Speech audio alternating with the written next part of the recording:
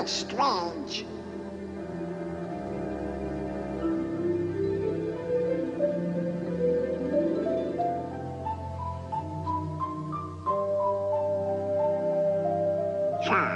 That's an odd-looking creature.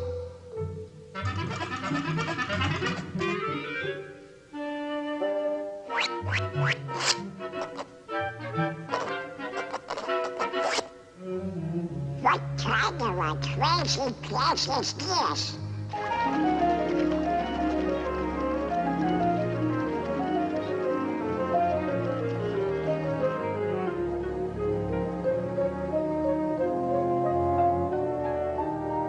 What are you? Squirrels? Pi is equal to 3.1415926535897447, etc., etc., etc. Huh? Hello? Hello? Hello, Donald. That's me. Where am I? Mathmagic Land. Mathmagic Land? Never heard of it. It's the land of great adventure. Well, who are you? I'm a spirit, the true spirit of adventure. That's for me. What's next? A journey through the wonderland of mathematics. Mathematics? That's for eggheads. Eggheads? Now, hold on, Donald. You like music, don't you? Yeah? Well, without eggheads, there would be no music. Come on. Let's go to ancient Greece, to the time of Pythagoras, the master egghead of them all. Pythagoras? The father of mathematics and music. Mathematics and music? Ah, you'll find mathematics in the darndest places. Watch. First, we'll need a string. Stretch it good and tight, plunk it. Now divide in half. Plunk again. You see? It's the same tone, one octave higher. Now divide the next section. And the next. Pythagoras discovered the octave had a ratio of 2 to 1. With simple fractions, he got this.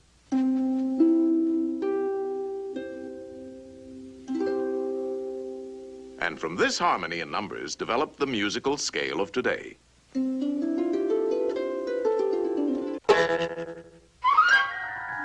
By golly, you do find mathematics in the darndest places. You can imagine how excited Pythagoras was when he shared his findings with his pals, a fraternity of eggheads, known as the Pythagoreans. They used to meet in secret to discuss their mathematical discoveries. Only members were allowed to attend. They had a secret emblem, the pentagram.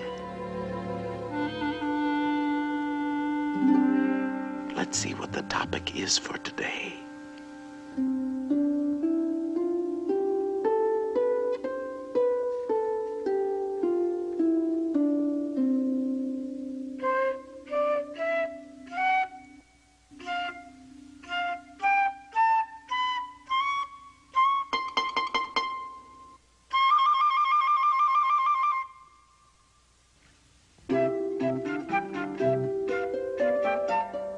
What's going on?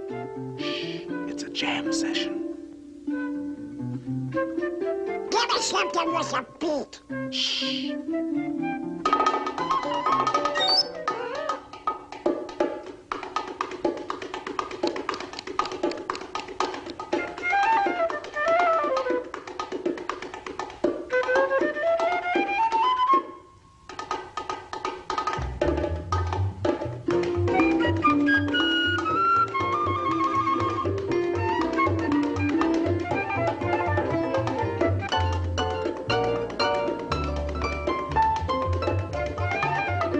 So from these eggheads, the Pythagoreans, with their mathematical formula, came the basis of our music of today.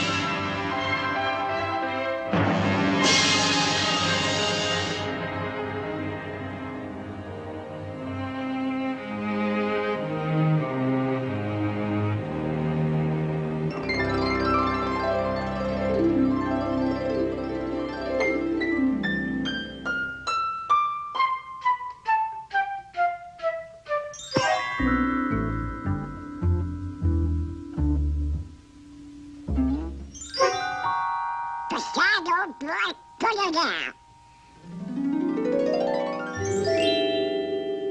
Well, I'll be a persuaded kid. It was our old friend Pythagoras who discovered that the pentagram was full of mathmagic. The two shorter lines combined exactly equal the third. And this line shows the magic proportions of the famous golden section. The second and third lines exactly equal the fourth. Once again, we have the golden section. But this is only the beginning. Hidden within the pentagram is a secret for creating a golden rectangle, which the Greeks admired for its beautiful proportions and magic qualities. The star contains the golden rectangle many times over.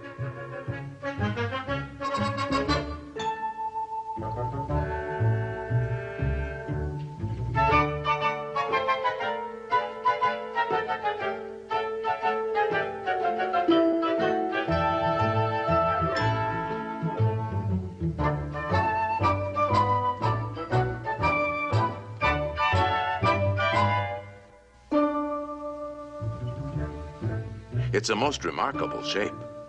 It can mathematically reproduce itself indefinitely.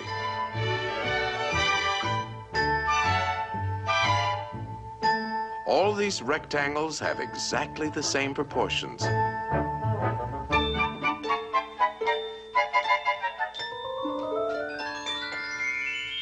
This figure also contains a magic spiral that repeats the proportions of the golden section into infinity. To the Greeks, the golden rectangle represented a mathematical law of beauty. We find it in their classical architecture. The Parthenon, perhaps one of the most famous of early Greek buildings, contains many golden rectangles.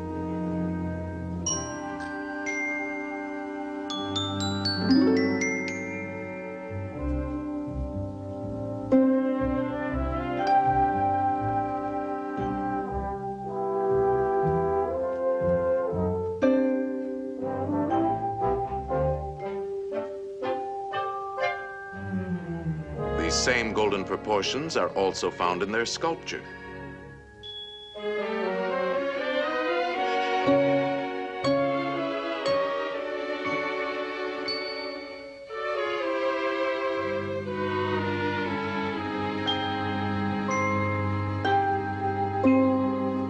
In the centuries that followed, the golden rectangle dominated the idea of beauty in architecture throughout the Western world. The Cathedral of Notre Dame is an outstanding example. The Renaissance painters knew this secret well.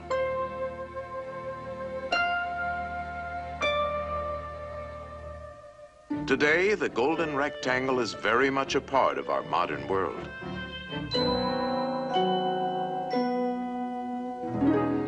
Modern painters have rediscovered the magic of these proportions. Indeed, this ideal proportion is to be found in life itself. Boy, oh boy, oh boy. This is mathematics. I got mathematical figures like that. Donald. Get me to it. No. Ideal proportion. Not quite. No, I'm afraid not. Well, we can't all be mathematically perfect. Oh, yeah? Yeah, I knew I could do it. Now that you're all pent up in a pentagon, let's see how nature uses this same mathematical form, the petunia, the star jasmine,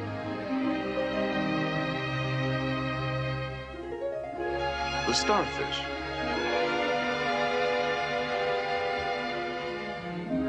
the wax flower,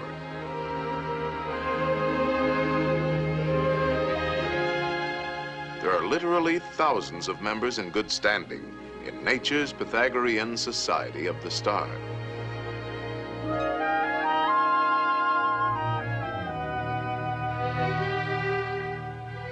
All nature's works have a mathematical logic, and her patterns are limitless.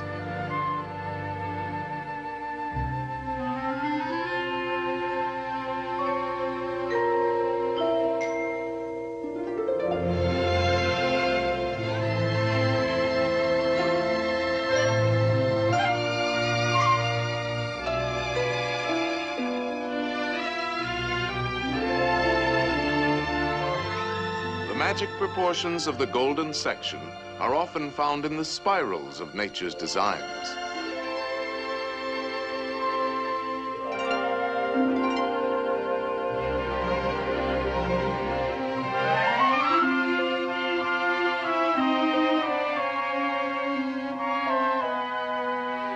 The profusion of mathematical forms brings to mind the words of Pythagoras. Everything is arranged according to number and mathematical shape. Yes, there is mathematics in music, in art, in just about everything. And as the Greeks had guessed, the rules are always the same.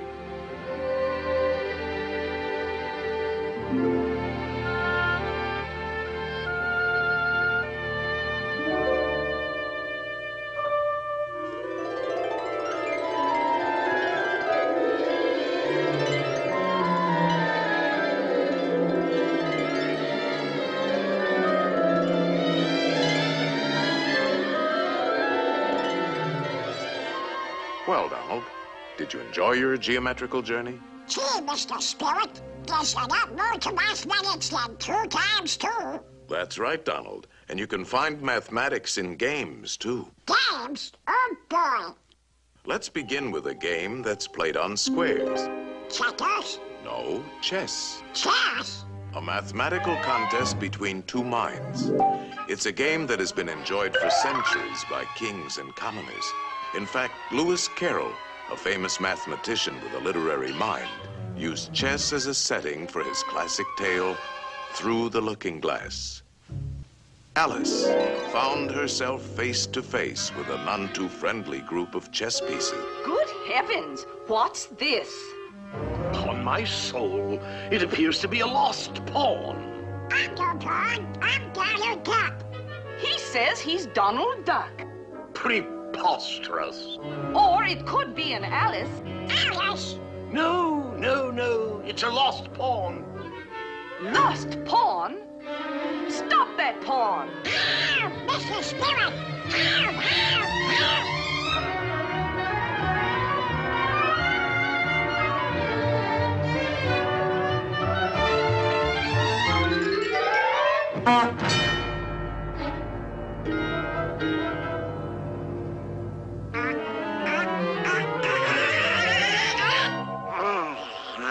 Phew, that was close. Now you can look at this game from a safer perspective.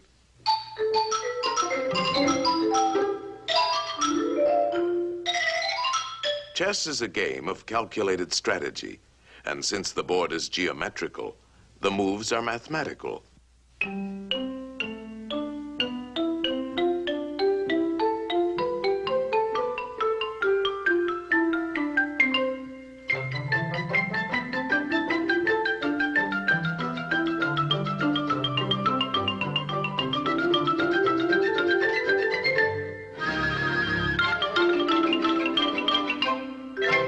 Checkmate, and the game is over.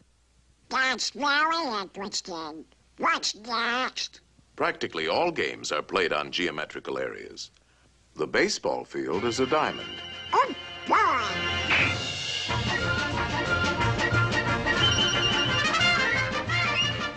And without mathematics, we couldn't even keep score.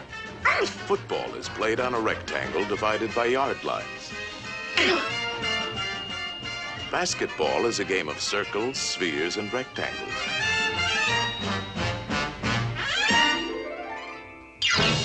Even hopscotch has its multiple squares.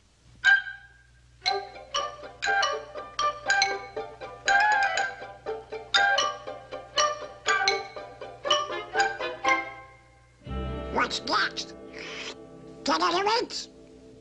No, a mathematical game played on a field of 2 perfect squares, using 3 perfect spheres, and a lot of diamonds. In other words, billiards. Oh, boy. That's for me. You know the game, don't you, Donald?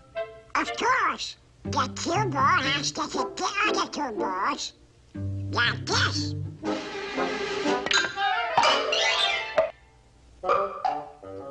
Now let's see how an expert at 3-cushion billiards uses his head.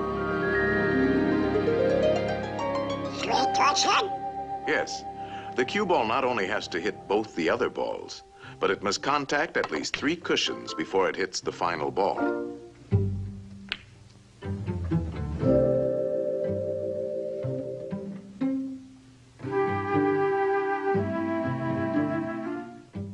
One, two, three.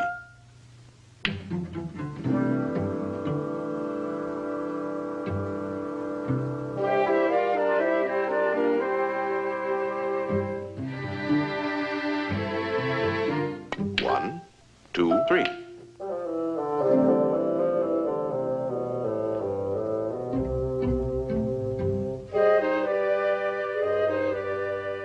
It takes an expert to make several shots in succession.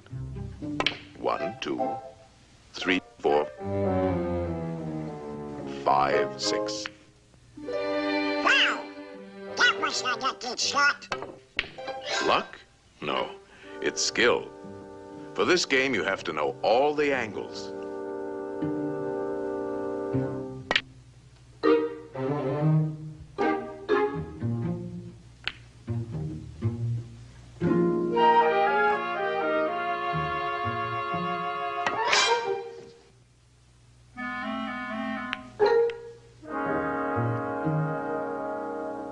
One, two, three, 4, 5, 6, 7.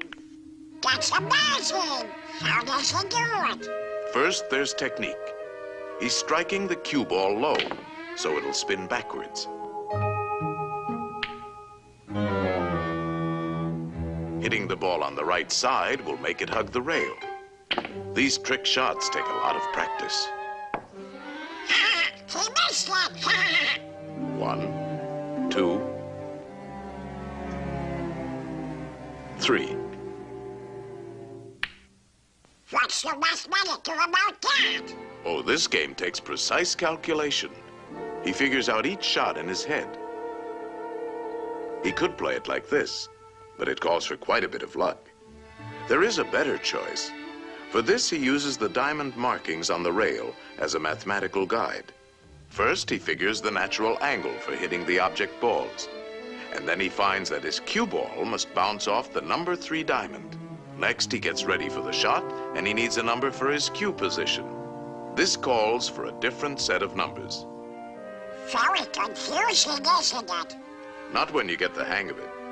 You see, the cue position is 4. Now a simple subtraction. 3 from 4 is 1. So if he shoots for the first diamond, he should make it.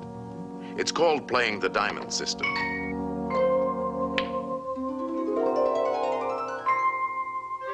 Natural angle, 2. Cue position, 1.5, 2, 2.5, 3, 3.5. 2 from 3.5 is 1.5. So, shoot halfway between the first and second diamonds. There's nothing to it. Give me one. Let's see now. If I hit it here, it'll bounce there, and, no, here. If I hit it here, 4.5 minus 3, 3.5 plus 4 added to 2, divided into 2, I guess I should shoot about here. No, Donald. There's no guesswork to mathematics. It's quite simple. Natural angle for the hit, 2. Cue position, 3.5. How much is 3.5 minus 2? 1.5.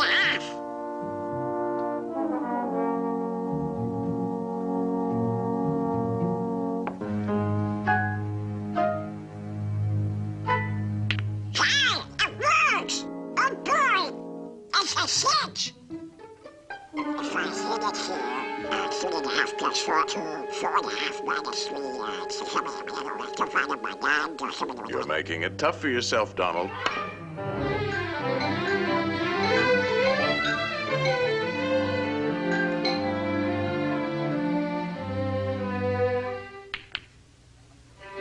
How do you like that for mathematics, Mr. Spirit?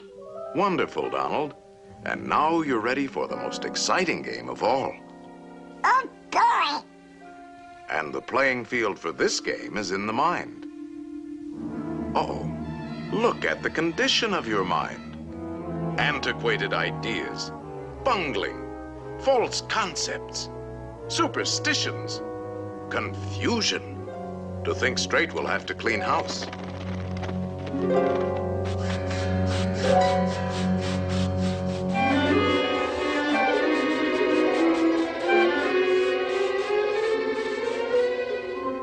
There, that's more like it.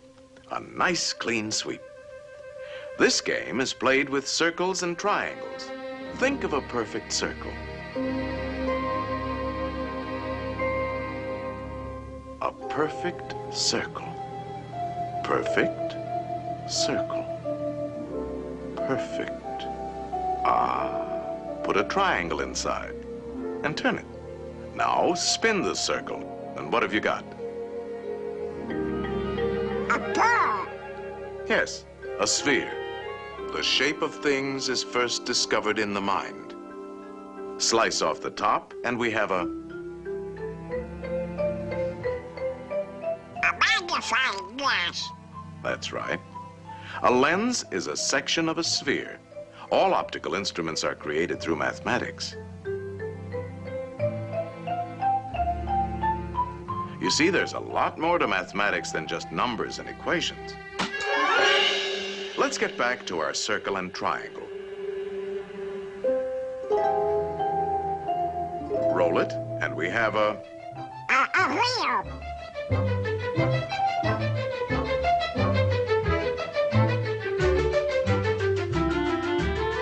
The circle has been the basis for many of man's important inventions.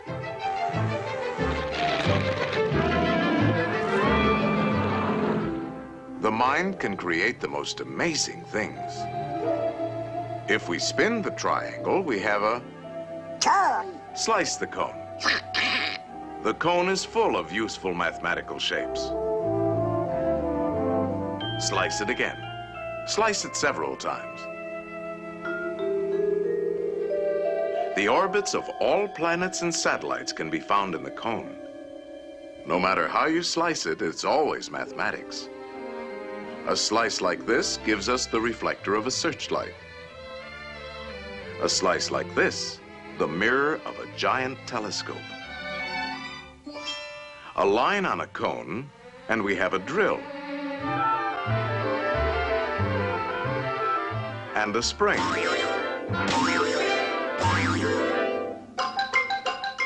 Now you're ticking.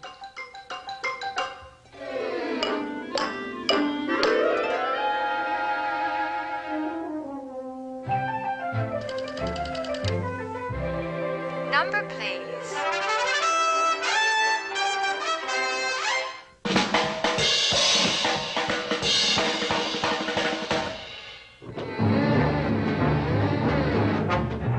The mind is the birthplace for all of man's scientific achievements.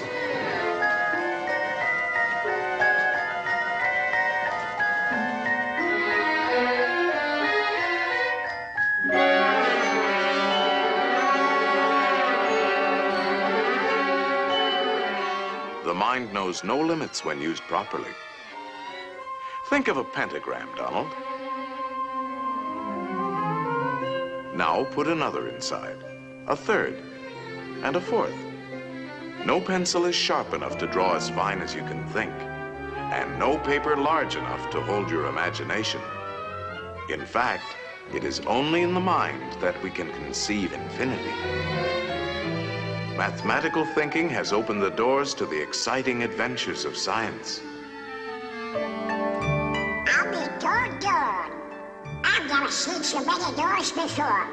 Each discovery leads to many others, an endless chain. What's the matter with these doors? Hey! These doors won't open. They're locked. Of course they are locked. These are the doors of the future, and the key is... Mathematics. Right. Mathematics.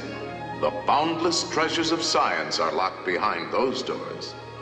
In time, they will be opened by the curious and inquiring minds of future generations. In the words of Galileo, mathematics is the alphabet with which God has written the universe.